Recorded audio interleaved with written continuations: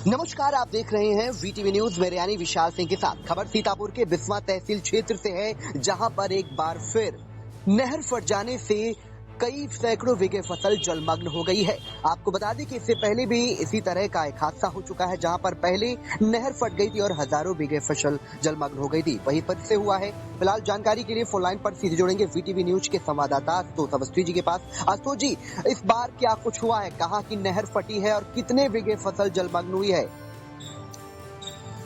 विशाल जी, मैं आपको बता दूं कि बिस्वा के अंतर्गत मानपुर से निकली नहर जो महमूदाबाद को जाती है, जिसकी अभी कुछ दिनों पहले खुदाई कराई गई थी, जिससे करीब एक हफ्ते पहले ही नहरों में पानी छोड़ा गया था। जो बुधवार और बृहस्पतिवार की रात को नहर फट जाने से सैकड़ों बीघे फसल जो है जलमग्न हो गई है।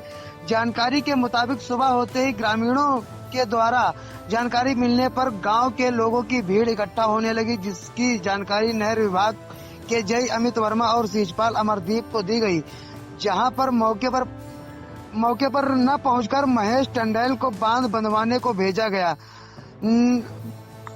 जहां पर महेश टंडेल ने जेसीबी के माध्यम से बांध को बंधवाया गया। वहीं पर किसानों के द्वारा जानकारी मिली कि आज रात में ही स्याही जानवर के द्वारा 2 जगहों पर घटना को अंजाम दिया गया, जिससे सैकड़ों बीघे फसल जलमग्न हो गई। अब देखना यह रहेगा कि कौन बनेगा किसानों का रखवाला। जलमग्न फसल किसानों का क्या मुआवजा मिल पाएगा।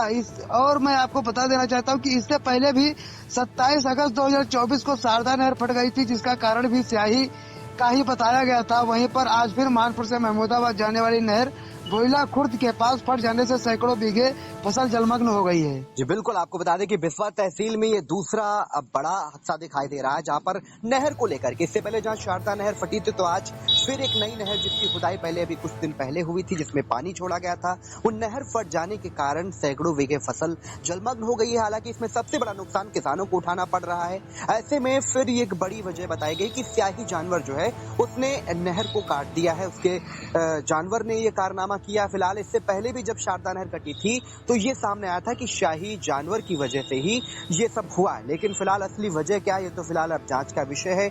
लेकिन आपको बता दें कि इस नहर फट जाने से जो फसलें जलमग्न हुई, इसमें हंगामा मचा है। किसान भी कुछ दुखी नजर आ रहे हैं और किसान आपस में बात करते भी नजर आ रहे हैं कि आखिर इन फसलों का मुआवजा कौन दिलाएगा, लेकिन अभी तक तो किसानों की कोई सुध नहीं ली गई है।